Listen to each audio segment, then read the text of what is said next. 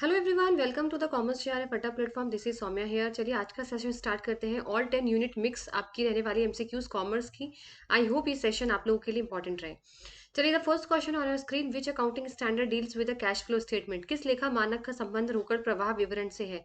AS1, AS2, AS3, AS4, यानी accounting standard 1, 2, 3 और 10 में से आपको बताना है कौन सा कैश फ्लो स्टेटमेंट के साथ डील करता है।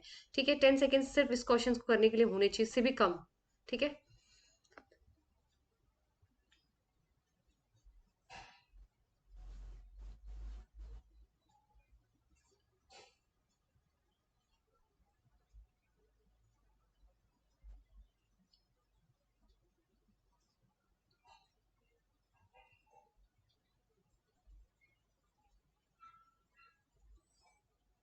चलिए।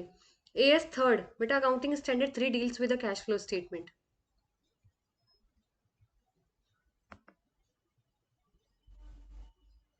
चलिए, नेक्स्ट क्वेश्चन है, the rule of Garner versus Murray is applicable in which situation?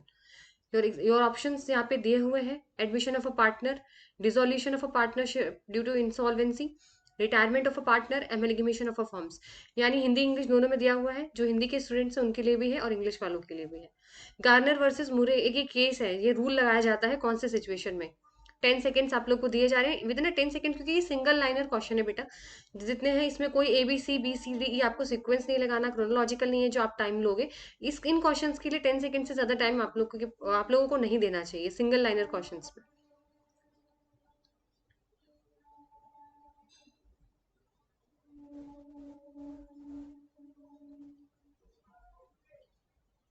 चलिए, 10 सेकेंड इज ओवर। अब dissolution of a partnership due to insolvency, अगर आपका पार्टनरशिप बेटा डिसॉल्व हो रहा है लेकिन इसका रीजन ये है कि आपका एक या दो पार्टनर जो है बेटा वो क्या हो गए हैं, इंसॉल्वेंट हो गए हैं। ठीक है, तो इसीलिए वो गार्नर वर्सेस मुरे का रूल इस सिचुएशन पे लगाया जाता है। Option number B. चलिए, नेक्स्ट क्वेश्चन है, which of the following is the characteristics of monopolistic competition? Monopolistic competition का कौन सा यहाँ पर कैरेक्टरिस्टिक्स है वो आपको यहाँ पे बताना है। ऑप्शंस दिए हुए, होमोजीनियस प्रोडक्ट है, प्रोडक्ट डिफरेंशिएशन है, सिंगल सेलर है, प्राइस रिजिडिटी है। इसके लिए भी सिर्फ 10 सेकेंड्स इनफ है।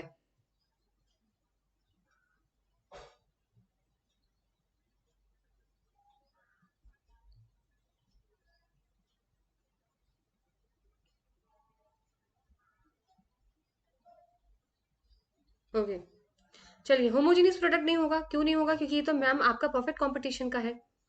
सिंगल सेलर, सिंगल सेलर कैसे हो सकता है मैम मोनोपोलिस्टिक में? ये तो मोनोपोली के अंदर होता है सिर्फ एक सेलर। प्राइस रिजिडिटी ये तो ओलिगोपोली का है ma'am. So product differentiation, option number B. Product differentiation is the characteristic of monopolistic competition. ठीक है, यहाँ पर होमोजीनियस प्रोडक्ट नहीं होते बेटा, डिफरेंशिएशन होता है प्रोडक्ट के अंदर। सिंगल सेलर नहीं होते, मेनी सेलर होते हैं। सिंगल सेलर मोनोपोली के अंदर होता है, प्राइस रिजिडिटी ओलिगोपोली के अंदर होता है। सो ऑप्शन नंबर बी आपका करेक्ट हो जाएगा। चलिए, नेक्स्ट है, who proposed the two factor theory of motivation? Abraham Maslow, Frederick Herzberg, Douglas McGregor या फिर पीटर ड्रकर। दो फैक्टर्स बताए थे मोटिवेशन के। Your 10 second starts now.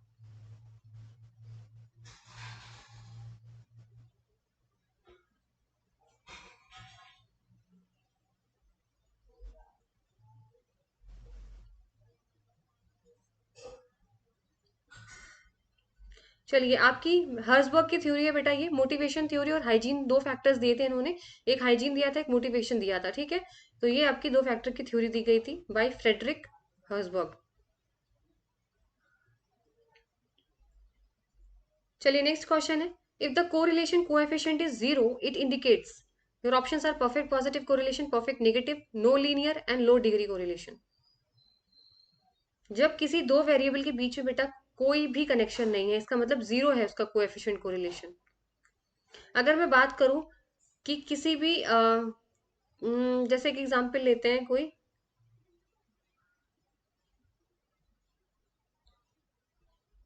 जैसे मूवी देखना और आपका वजन कम होना, इन दोनों के बीच में क्या कोई रिलेशन हो सकता है कि आप ज्यादा ज्यादा मूवी देखेंगे तो आपका वेट कम होगा, या ज्यादा मूवी देखेंगे तो वेट ज्यादा होगा, टीवी ज्यादा देखेंगे तो उससे वेट आपका ज्यादा बढ़ेगा या वेट कम बढ़ेगा? कोई कनेक्शन नहीं है ना। तो हमेशा बेटा जब भी जीरो कोई कनेक्शन नहीं होता तो उनके बीच में कोई रिलेशन नहीं होता। ऑप्शन नंबर सी यहाँ पे करेक्ट हो जाएगा, नो लीनियर को रिलेशन। परफेक्ट पॉजिटिव कब होता है बेटा? +1, जब आप दोनों पॉजिटिव की तरफ हो। जैसे अगर आप छोले भटूरे ज्यादा खाओगे तो आपका वेट भी बढ़ेगा। Increase in the consumption of chole bhature will leads to increase in your weight. Negative क्या होगा? एक ज्यादा होगा, एक कम होगा। अगर आप ज्यादा स्ट्रेस लोगे तो आपका वेट लॉस हो सकता है या आपको कोई प्रॉब्लम हो सकती है। तो ज्यादा स्ट्रेस लेने से आपकी प्रॉब्लम या आपका वेट कम हो सकता है, एक बढ़ेगा एक कम होगा, ठीक है। और जहाँ पे कोई रिलेशन नहीं होता बेटा वहां पे नो रिलेशन आता है, जीरो। और परफेक्ट नेगेटिव में -1, परफेक्ट पॉजिटिव में +1। चलिए नेक्स्ट क्वेश्चन है आपका, which institution is known as lender of last resort? किसे बोलते हैं? SBI, NABARD, RBI, World Bank. Only 10 seconds. बहुत मतलब 5 सेकेंड्स में भी ये क्वेश्चन हो जाएगा, सिंगल लाइनर क्वेश्चन है।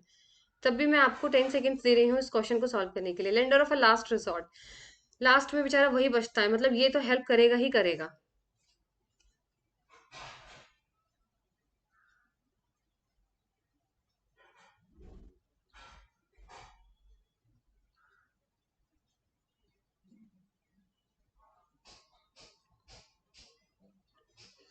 RBI is the right answer. Reserve bank of India जो है वो लेंडर ऑफ लास्ट रिसोर्ट का काम करता है कमर्शियल बैंक्स के लिए।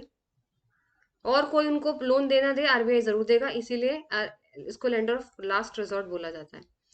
नेक्स्ट क्वेश्चन है बेटा आपका, the concept of marketing mix 4Ps was popularized by? Marketing mix का 4P किसने दिया था? Philip Kotler, McCarthy, Peter Drucker या फिर विलियम स्टैंटन? मार्केटिंग मिक्स के 4 प्राइस, प्रोडक्ट, प्लेस, प्रमोशन जो दिए था वो किसने दिया था? Popularized by. इसमें सिर्फ खाली आपको नाम बताना है सिर्फ।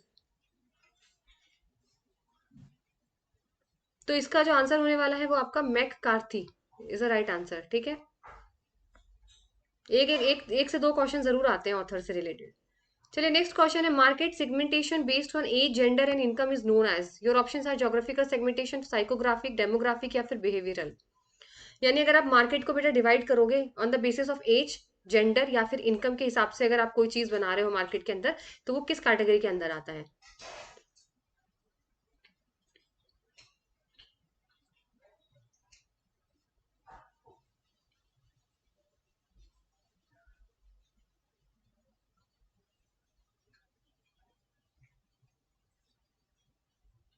तो आपका राइट आंसर यहाँ पे हो जाएगा डेमोग्राफिक। डेमोग्राफिक सेगमेंटेशन के अंदर आपकी जेंडर, एज आता है, यानी जैसे आप फीमेल के लिए अलग मार्केट है, मेल के लिए अलग है, ठीक है। एज के हिसाब से छोटे बच्चों का अलग है, थोड़े से बड़े अलग है, एजेड का अलग है, इनकम के हिसाब से मिडिल क्लास लोग, ठीक है, उसके हिसाब से मार्केट को डिवाइड किया जाता है। तो डेमोग्राफिक सेगमेंटेशन यहाँ पे आपका करेक्ट आंसर हो जाएगा।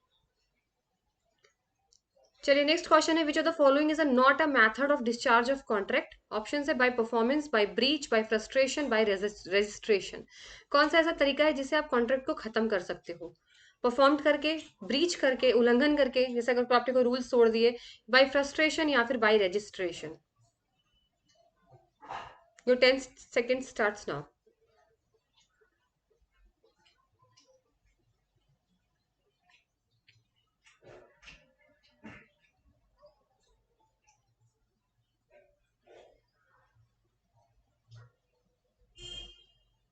चलिए ऑप्शन नंबर डी आपका बाय रजिस्ट्रेशन हो जाएगा।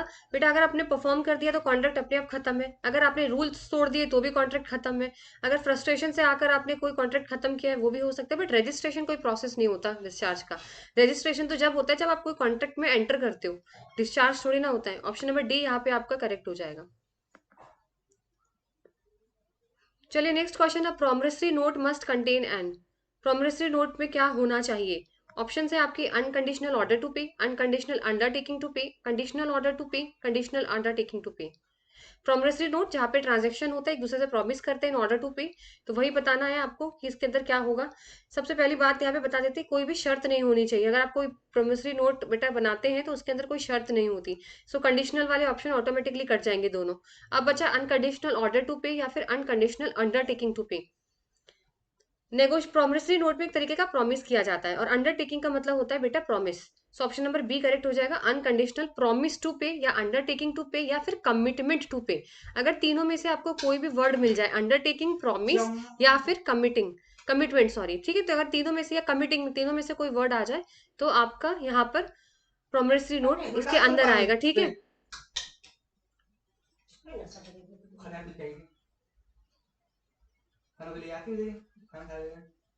चलिए नेक्स्ट क्वेश्चन है आपका,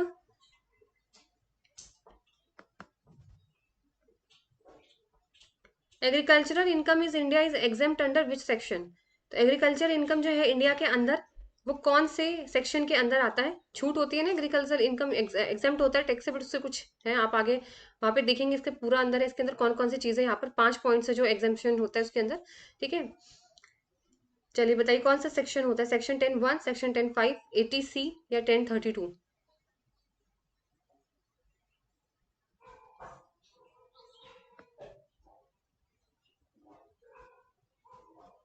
तो सेक्शन 10(1) आपका करेक्ट हो जाएगा, ठीक है, सेक्शन 10(1) में ही एग्रीकल्चर इनकम आता है। चलिए नेक्स्ट क्वेश्चन है, residential status is determined for. Residential status is determined for assessment year, for previous year, accounting year, या फिर कैलेंडर ईयर।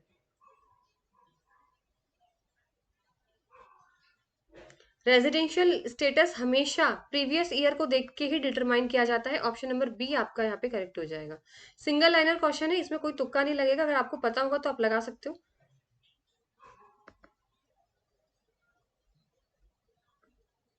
चलिए नेक्स्ट है, सेक्शन 80E बताना है आपको, provides deduction in respect of payment of interest on loan taken for. Option है आपके residential house, higher education, medical treatment, या इलेक्ट्रिकल व्हीकल। यानी सेक्शन 80E जो है, अगर आप उसमें डिडक्शन लेते हो, क्योंकि आप लोन लेते हो, लोन, ठीक है ना, तो लोन पे जब आप इंटरेस्ट पे करते हो तो किस चीज के लिए लोन लिया जाता है, सेक्शन 80E में आपको बताना है किस चीज के लिए लोन लेते हैं आप।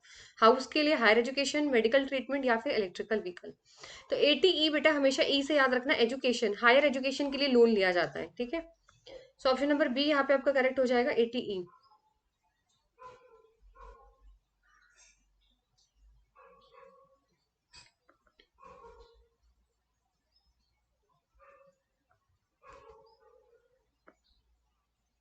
चलिए नेक्स्ट क्वेश्चन है, the strategic marketing tool use to visually display and analyze customer perception of competing the product across key dimension is called SWOT analysis, perceptual mapping, BCG matrix, या फिर product portfolio analysis.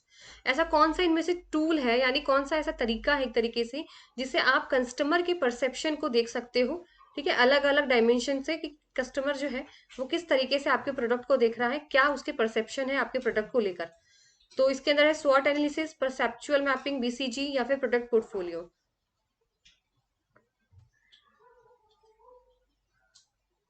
Option number B यहाँ पे correct हो जाएगा, perceptual mapping ही tool होता है जिससे आप ये पता लगा सकते हैं, ठीक है।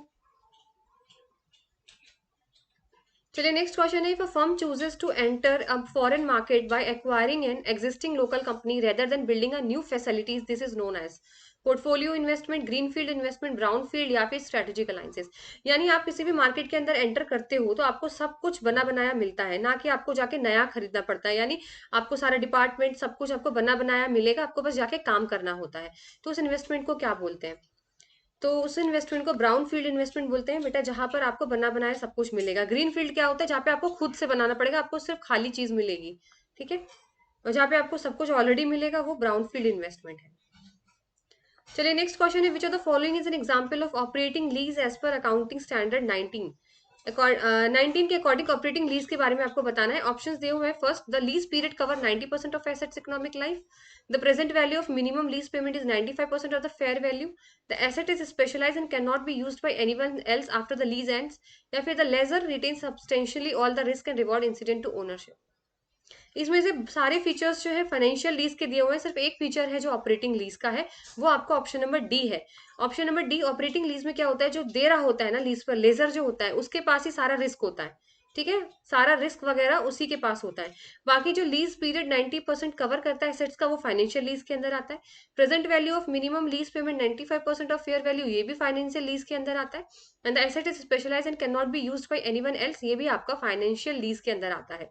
तो ऑपरेटिंग लीज और फाइनेंशियल लीज का डिफरेंस जरूर पढ़ के जाइएगा।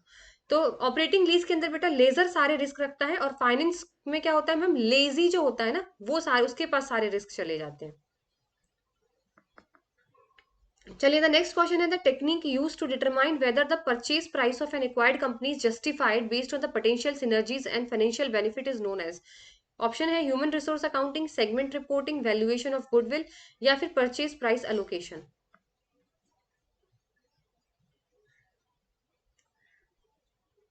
जब आप कोई कंपनी दूसरी कंपनी को खरीदती है और जो उसके एक्चुअली एसेट्स होते हैं ना बेटा, उससे ज्यादा में वो खरीद लेती है। मान लीजिए अगर उनके 1000 करोड़ का पड़ रहा है तो उन्होंने 1500 करोड़ में खरीद लेंगे, नहीं ज्यादा में खरीद लिया। इतनी वैल्यू नहीं थी उस कंपनी के एसेट्स की, पर उसने ज्यादा में खरीद लिया दूसरी कंपनी ने। सपोज ए कंपनी है, बी कंपनी है, ए कंपनी ने बी कंपनी को खरीदा, पर बी के एसेट्स की वैल्यू उतनी नहीं थी, लेकिन ए ने ज्यादा में खरीद लिया गया है। लेकिन उसको पता है कि आगे चल के ये फ्यूचर में बेनिफिट देगा, इसीलिए उसने ज्यादा में खरीदा है। उसको बोलते हैं वैल्यूएशन ऑफ गुडविल। यही चीज बोली गई है। ऑप्शन नंबर सी आपका करेक्ट हो जाएगा, वैल्यूएशन ऑफ गुडविल। जब आप ज्यादा में खरीद लेते हो ना, तो वैल्यू गुडविल क्रिएट हो जाती है। तो उसने इसीलिए खरीदा है ज्यादा में, उनको पता है कि एसेट्स की वैल्यू उतनी नहीं है, पर फिर भी ज्यादा में इसलिए खरीदा गया ताकि आगे उसको पता है कि फ्यूचर में इसी एसेट से वो बहुत ज्यादा प्रॉफिट कमा सकता है। चलिए, next question, in the context of oligopoly the strategy where a firms commits to certain output level first assuming its rival will adjust its output accordingly is modeled by। ठीक है, यहाँ पर क्या बोला गया है, कॉर्नेट मॉडल है, Burton model है, स्टेकबर्ग है, और किंग डिमांड कर्व है। यहाँ पे ये चीज बोली गई है कि सबसे पहले एक लीडर होगा भाई, एक, ठीक है, वो क्या करेगा, सबसे पहले वही प्राइस सेट करेगा अपने प्रोडक्ट के। फिर उसके बाद जो दूसरे लोग होंगे ना, वो उसको फॉलो करेंगे। कैसे मैम, समझो। पहले तो आंसर बता देते हैं इसका। स्टेकलबर्ग मॉडल है यहाँ पर इसका राइट आंसर। स्टेकलबर्ग मॉडल में क्या होता है कि सपोज करिए मैं हूँ एक शॉपकीपर और मैंने एक प्रोडक्ट है, उसका प्राइस मैंने 100 रुपए फिक्स करा। सबसे पहले मैंने ही उसका आउटपुट लेवल फर्स्ट फिक्स किया। अब जो मेरे बाकी जो फॉलोअर्स हैं, बाकी जो और हैं मार्केट में, तो उन्होंने लगा कि मैंने 100 करा है तो इसने सही करा होगा, तो वो आसपास 70 to 80 वो अपनी प्राइस फिक्स कर देंगे, यानी मेरे को देखकर उन्होंने फॉलो किया। उसे बोलते हैं स्टेकलबर्ग मॉडल। सबसे पहले लीडर जो है वो सेट करता है प्राइस एक, उसको देख के फिर जो राइवल्स कॉम्पिटिटर्स होते हैं वो उसके अकॉर्डिंग आउटपुट को फिक्स करते हैं। Next is the process of simultaneously buying and selling of the same assets in different market to profit from a momentary differences in prices known as। Option है यहाँ पर आपका स्पेकुलेशन, हेजिंग, आर्बिट्रेज, या फिर capital budgeting.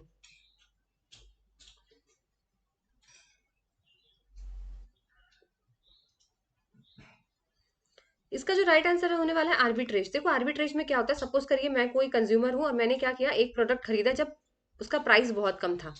मैंने एक product खरीदा जिसका प्राइस बहुत कम था, फिर बाद में मैंने उसी प्रोडक्ट को दूसरे मार्केट में बेच दिया जहां जहां प्राइस ज्यादा था। आप समझ रहे हो, सस्ते में खरीदा और महंगे में बेच दिया सेम एसेट्स को, उसको बोलते हैं आर्बिट्रेज। ठीक है, चलिए नेक्स्ट क्वेश्चन है, when which non parametric test is appropriate alternative to the two sample independent t test when the population can not be assume to normally distributed. Chi square, Wilcoxon, Kruskal's, या फिर मन विटने। तो आपको जो है ये चारों में से बताना है कौन सा है जो टी टेस्ट के बराबर है, बस इतना बताना है आपको। ये क्वेश्चन मैं पहले भी करा चुकी हूँ। Parametric equal to non parametric test बताए थे, चार किसके बराबर है। तो जो टी टेस्ट होता है ना बेटा, two sample independent t test, वो मेन विटने के बराबर होता है। तो यहाँ पे मेन विटने टेस्ट यहाँ पे लगेगा। ऑप्शन नंबर डी यहाँ पे आपका करेक्ट हो जाएगा।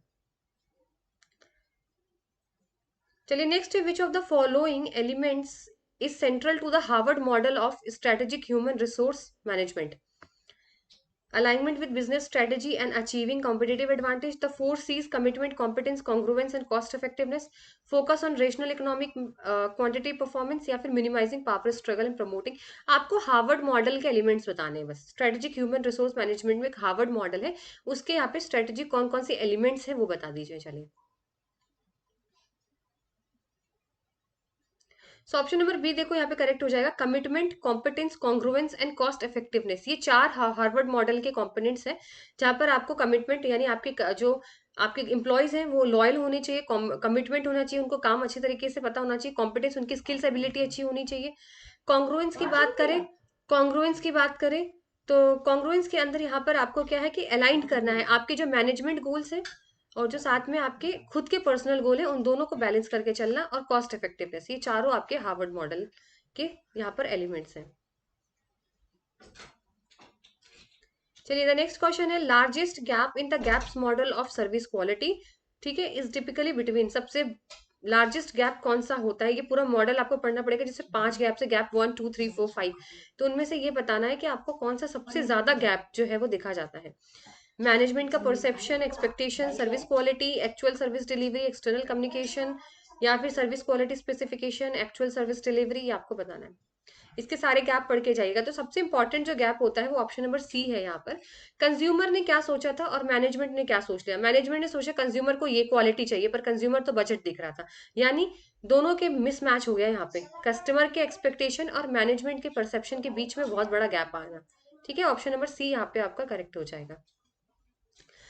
Next is the acquisition of a control, shares, voting rights or assets that exceeds the prescribed threshold and require prior intimation to the Competition Commission of India. यानी ऐसा कौन सा है इसके अंदर है जो आपके पास कंट्रोल भी है, शेयर्स भी है, वोटिंग राइट्स भी है आपके, लेकिन वो कंपटीशन कमीशन ऑफ इंडिया आपकी थ्रेशोल्ड इतनी ज्यादा हुई कि आपको उनसे परमिशन लेनी पड़ेगी सीसीआई से। तो कॉम्बिनेशन इसका राइट आंसर है। कॉम्बिनेशन में आप पढ़िएगा, वहां पे होता है कि अगर आपका एसेट्स 1,000 करोड़ से ज्यादा है, टर्नओवर 3,000 करोड़ से ज्यादा है, तो आपको परमिशन लेनी पड़ती है सीसीआई यानी कॉम्पिटिशन कमीशन ऑफ इंडिया से। ऑप्शन सी यहाँ पे आपका करेक्ट हो जाएगा। Next question is the maximum period for which a speculation business loss can be carried forward and set off against future speculation business profit is। तो ये आपको बताना है 4 असेसमेंट ईयर, 8 अनलिमिटेड, 10। तो कितना इसका आंसर होने वाला है। आप मैक्सिमम पीरियड कितना होता है बिजनेस लॉस को आप कैरी फॉरवर्ड और सेट ऑफ कर सकते हो बिजनेस प्रॉफिट से।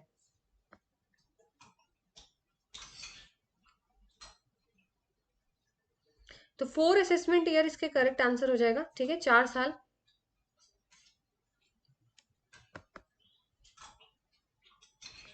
चलिए नेक्स्ट क्वेश्चन है the fundamental difference between the tax planning and tax evasion. दोनों के बीच का डिफरेंस बताइए।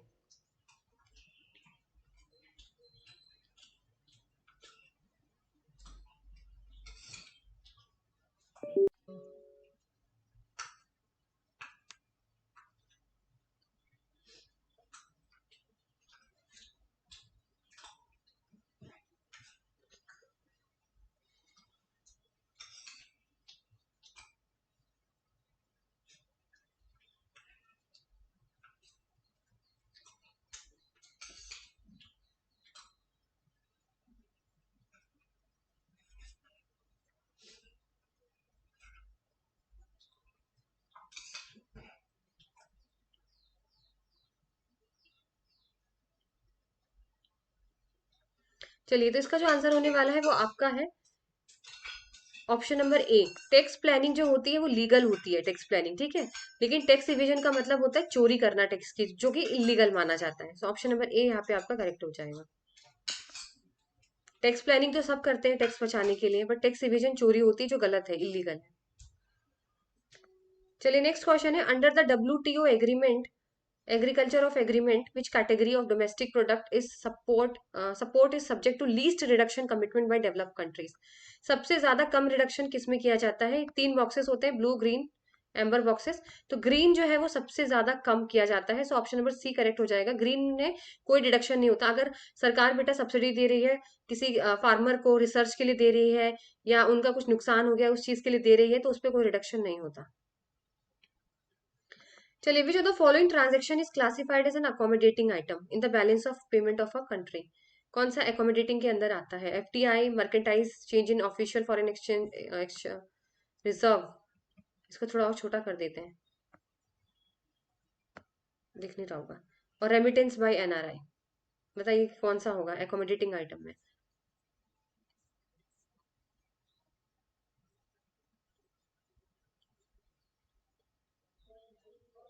So change in foreign exchange reserve बेटा ये जो है ये आपका अकोमोडेटिंग आइटम के अंदर आता है। ठीक है, बाकी ऑटोनोमस के अंदर आते हैं। चलिए नेक्स्ट क्वेश्चन है according to the GATS general agreement on trade in service, the movement of an Indian software engineer to US to provide an on site service to client fall under which mode of supply. Cross border, consumption, commercial, या presence of nature person. देखो GATS के 4 होते हैं, मैं one by one एक sentence में समझा रही हूँ।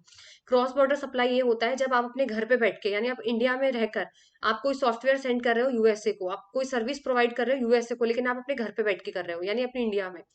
कंजप्शन अब्रॉड क्या होता है, जैसे टूरिस्ट घूमने आते हैं, या आप पढ़ने बाहर जा रहे हो, आप पढ़ने बाहर जा रहे हो, उसको होता है कंजप्शन अब्रॉड। ठीक है, जैसे इंडिया के बच्चे यूरोप में जाके पढ़ रहे हैं, MBBS कर रहे हैं। कमर्शियल प्रेजेंस क्या होता है? सपोज करिए आपकी कोई ब्रांच बाहर खुली हुई है, जैसे इन्फोसिस कंपनी है, उसकी एक ब्रांच या कोई ऑफिस है जो कि यूएस में खुला हुआ है। प्रेजेंस ऑफ नेचुरल पर्सन में क्या होता है? आप खुद से जाओगे सर्विस देने दूसरे में। तो ऑप्शन नंबर 4 यहाँ पे हो जाएगा, राइट। यानी आप देख रहे हो सॉफ्टवेयर इंजीनियर यूएसए जा रहा है किसी क्लाइंट को कोई सर्विस देने के लिए, खुद आपको अपना घर छोड़ के दूसरे देश में सर्विस देने जाना पड़ेगा। तो उसे बोलते हैं more presence of natural resources, option 4। एक एक लाइन में मैंने आपको समझा दिया है। Next, a country imposes a tax that is calculated as a fixed percentage of the value of the imported goods. यहाँ पे आपको कीवर्ड मिल जाएगा फिक्स परसेंटेज। बेटा जहां पे भी फिक्स परसेंटेज की बात आ जाए, सपोज करिए मैं 50,000 का सामान इंपोर्ट कर रही हूँ किसी कंट्री से, तो उन्होंने बोला आपके 50,000 पे 10% लग जाएगा। फिक्स परसेंट उसको बोलते हैं ad valorem, option number C. Ad valorem tariff वही होता है जहां पर आप फिक्स्ड परसेंटेज कहीं भी आ जाए ना, एक 10%, 20%, 30% लगेगा, तो वो आपका एड वेलोरम के अंदर आता है। Next question: in the liquidation of a company, the liquidator must make payment according to a strict order. Which of the following is treated as the highest priority payment? देखो भाई, अगर आपकी कंपनी बंद हो रही है, लिक्विडेट हो रही है, तो सबसे पहले आपको किसको पेमेंट करना है? सबसे इंपॉर्टेंट कौन है आपके लिए, ये आपको बताना है।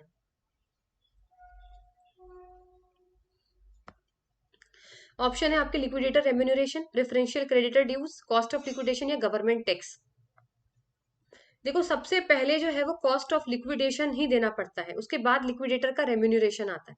पूरा स्टेप है 6 से 7, ठीक है। तो सबसे पहले जो भी खर्चा आया ना लिक्विडेशन का, वो पूरा करिए पहले। चलिए नेक्स्ट क्वेश्चन है, in a perfectly competitive market, if a firm produces an output where the marginal cost is equal to average total cost but marginal revenue is less than both the firm is currently operating it, long run equilibrium with zero economic profit, short run shutdown point, short run loss minimization या below the efficient scale। देखो बेटा, जब आपका marginal cost है average total cost के तो बराबर है, लेकिन आपका मार्जिनल रेवेन्यू कम है दोनों से, रेवेन्यू आप कमा ही नहीं पा रहे हो, रेवेन्यू आपको मिल ही नहीं रहा है, तो ऑब्वियसली सी बात है short run loss minimization point हो जाएगा। आपको शॉर्ट रन के लिए आपको लॉस होने लगेगा, क्योंकि आपका रेवेन्यू कम है ना, टोटल आप लगा लो, कॉस्ट ज्यादा लग रही है, मार्जिनल कॉस्ट ज्यादा है, एवरेज कॉस्ट ज्यादा है, पर रेवेन्यू कमा नहीं पा रहे हैं आप। ठीक है, तो शॉर्ट रन के लिए आप क्या हो जाओगे, लॉस में चले जाओगे। चलिए नेक्स्ट है, when the long run average curve is falling, जब आपका long run average curve fall हो रहा होता है तो क्यों फॉल हो रहा होता है, बताइए। When the long run average cost curve is falling, it is due to,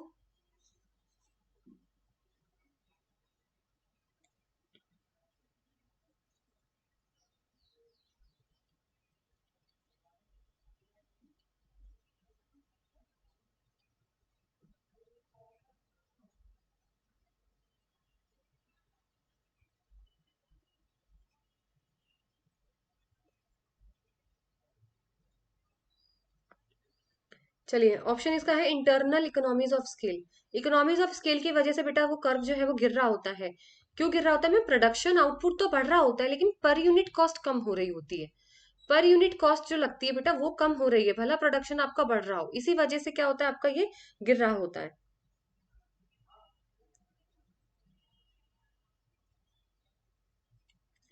चलिए सेशन आपका यही तक था, ये आपका लास्ट क्वेश्चन था।